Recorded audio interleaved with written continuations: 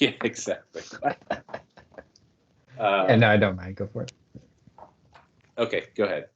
Cool. So I think that there is a way to do it by batch, but I think that that's not necessarily the way to go.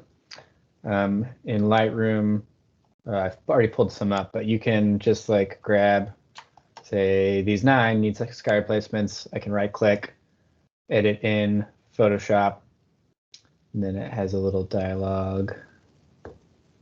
And then I would hit send with Lightroom adjustments, but I've already done that. So they all pop up, and so from here I can apply it, tweak it, and then when I Command S save, it repopulates it into Lightroom. So yeah, here's a quick question. You've got 9 photos highlighting in Lightroom, right? Yeah. But in Photoshop, it looks like there's only 4 open. I only see 4 tabs up there. Right. I opened these earlier. I didn't want to open 9 more. Oh, I got you. Okay. But that's the process I did Okay. to get these 4 up. So like from here, I can I have my photo background. I have edit, sky replacement. Bam. And then it's kind of doing its thing. And then I can pick from there skies. So nice and cloudy, some whatever those kind of clouds are called. Can do that. And then I can do all the stuff. I have temperature control, brightness control, scale control. I can flip across an axis. I can control the lighting mode, multiplier screen, some of that stuff, output new layers. So then if I hit OK, it has the layers down for me.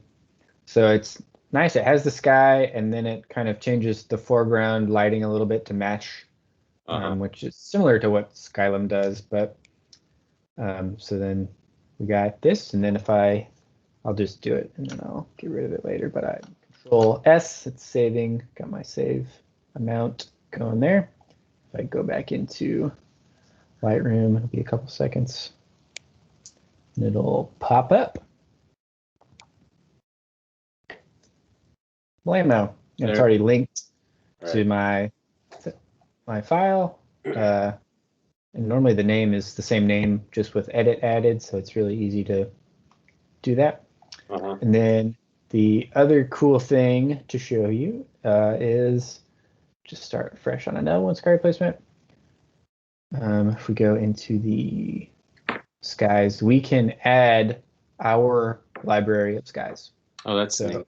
All the skies we have, we can put in here and add, and then it'll do a similar, like this screening stuff it will do with our skies. I guess the other thing to show you too is it's the just show you an example of like a twilight looking sky. Oh yeah, cool. And that you can see a lot more of like it changes the color of the foreground, kind of depending on what's going on. And if I see you're doing these individually, if you were to do a batch sky replacement, would it give each photo the same sky?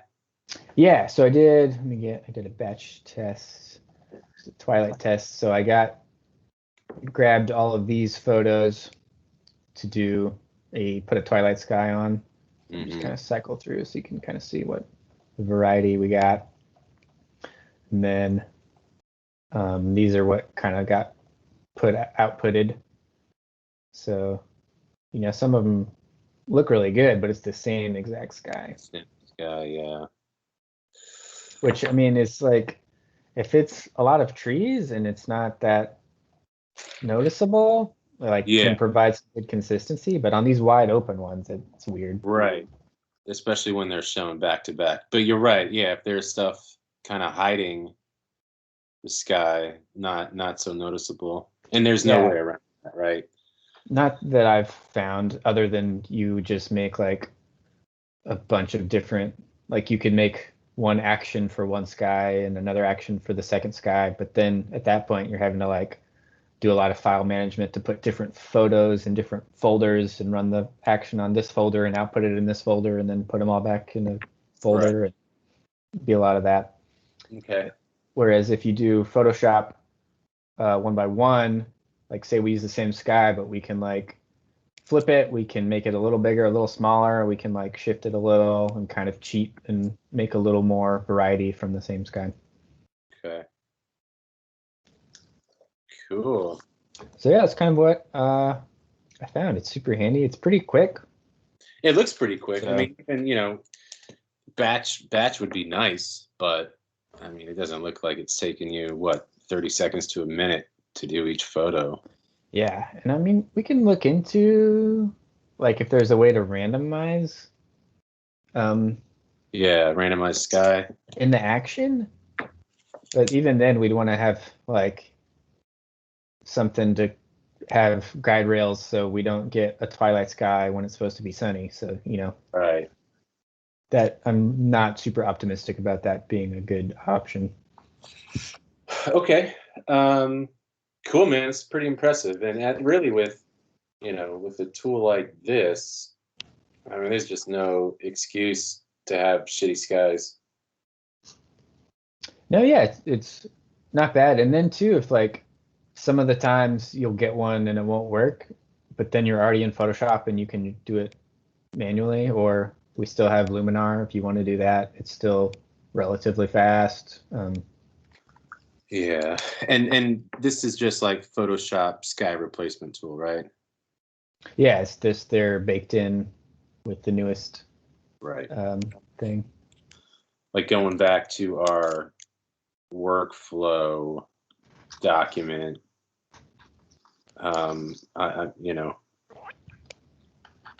we just need to do a better job of